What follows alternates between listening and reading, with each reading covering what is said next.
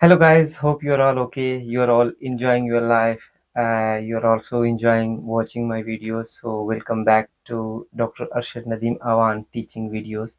So I'm sure you must be waiting for the new videos. Here I am with a new topic, that is ovarian cancer. Ovarian cancer is one of the very important topic. It need attention because of its variety in the different diagnostic procedures and the different names and different types of the neoplasm. You need to pay attention, or I'm sure this video will really help you. So far, the ovarian cancer is concerned, it is the fifth leading cancer throughout the other cancers. And among the gynecological cancer, this includes 25%. So this ovarian cancer contributions in other gynecological cancers are 25%. Survival rate for 5 year survival rate for the ovarian cancer is 20 to 30%. But if the cancer is picked in stage one, so during the stage one, you can easily manage the patients and the survival rate increases up to 80 to 90%. So therefore, it is very important that you must pay attention if there is concern for the ovarian cancer. What are the contributing factor in which patients, in which conditions, and at what stage you can think about the ovarian cancer? So mind you that if the patient age is increasing, like with increasing age, there is possibility of developing ovarian cancer.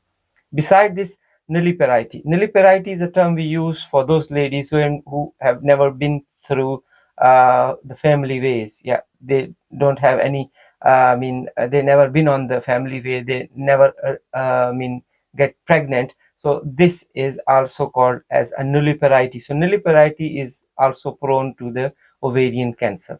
The third thing is family history. Family history play a vital role in all sort of a cancer, particularly in ovarian cancer. If the patient family had any breast cancer or history of endometrial cancer or colorectal cancer, so there is likely chance of getting ovarian cancer. So therefore, always pay attention to the family history. Beside all these factors, there are three main hereditary syndromes which play a vital role, especially in the ovarian cancer, in the development of ovarian cancer. And these these syndromes include breast ovarian cancer syndrome.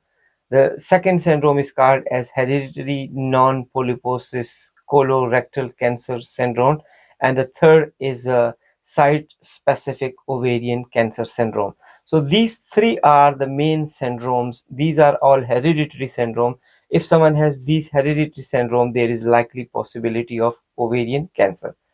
Now come to the point that how many types of the ovarian cancer we come across. So again, there are four important categories. The first category is epithelial tumors. There are multiple epithelial tumor. These are all cancerous. What are their names and how we will appreciate these? I will upload separate videos for the only epithelial tumors. So keep watching that.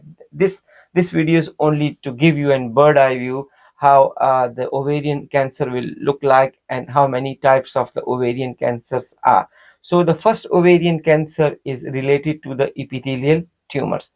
The second epithelial tumor is called as germ cell tumor. So we will discuss separately in separate video about the germ cell tumor.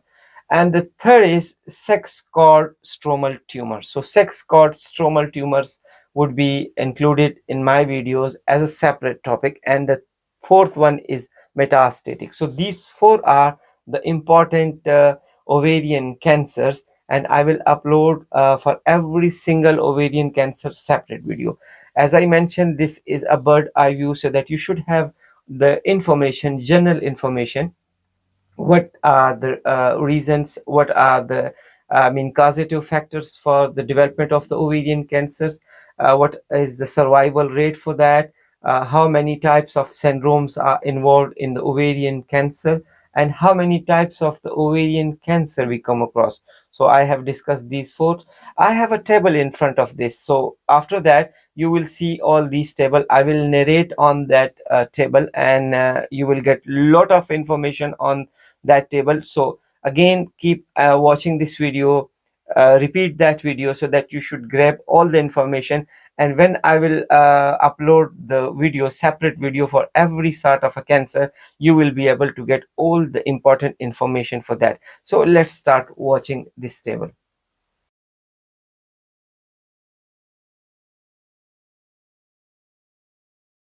With regard to ovarian cyst, as I mentioned in the introduction, there are four major categories which can be classified on the basis of the histopathology.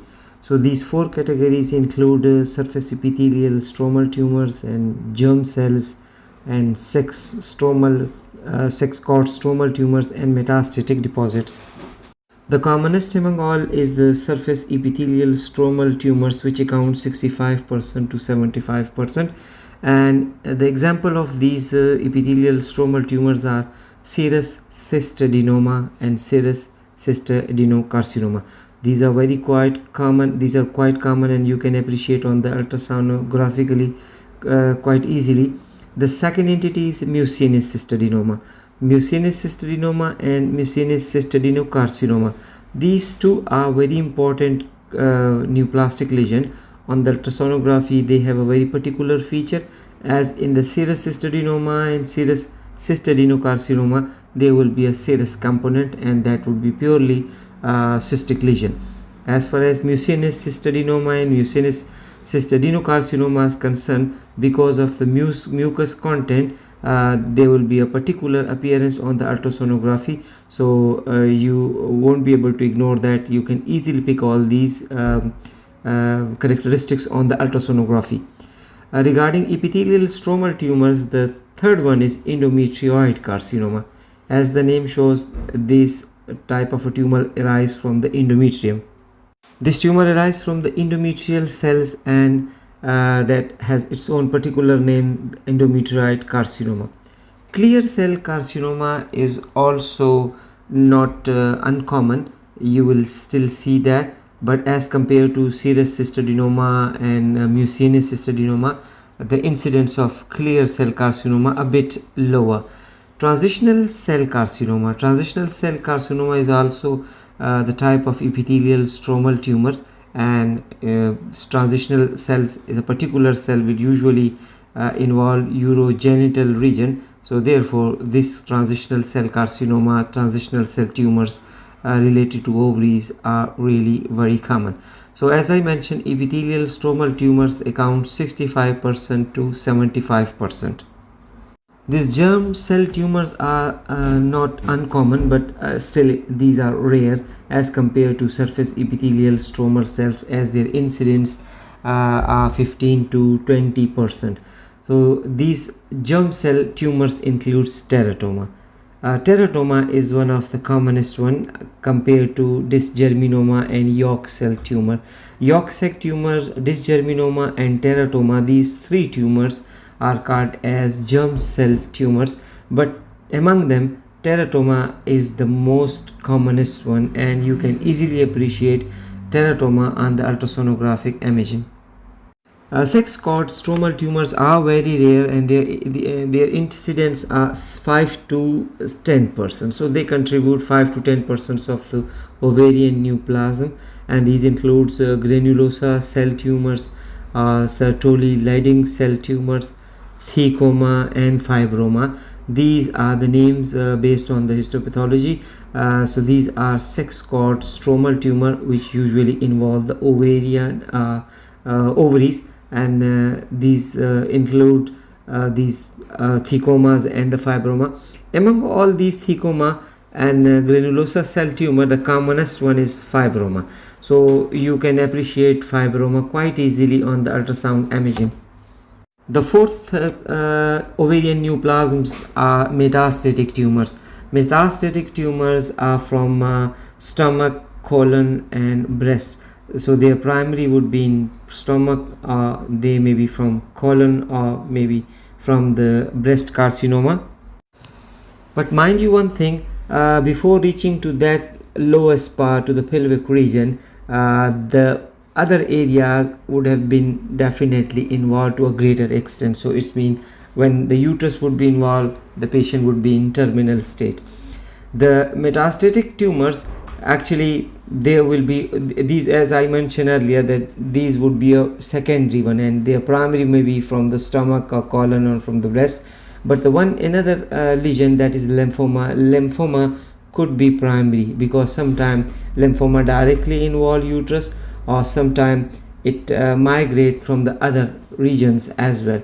So far the ovarian neoplastic lesions are concerned, I have explained there the four major categories, and among these four major categories, under particular title of epithelial and the germ cell tumor and the sex cord tumors and the metastatic tumor, the commonest which you can appreciate on the ultrasonic imagings are serous cystadenoma, serous and mucinous cystadenoma, and even carcinoma. These are very common.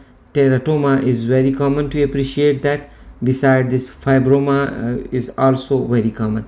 So going to diagnose the ovarian neoplastic lesion, please have a look to this table, memorize all these words, memorize all these terminologies, and figure out which type of basic histological characteristics they belongs to, because at the end of the day it will help the management, and on the basis of the ultrasonography you will be able to pick the exact point and your report would be conclusive. So far these ovarian neoplastic lesions are concerned, I will upload single videos for every single neoplastic lesion, whether it is serous or mucinous or teratoma. I'm sure you will get a lot of help from all these videos, so keep watching. But before jumping to the specific lesion and specific cancer, please try to memorize all that, so that you can conclude what the exact condition and what the exact pathological patterns of the ovarian neoplastic you can appreciate on the ultrasonography.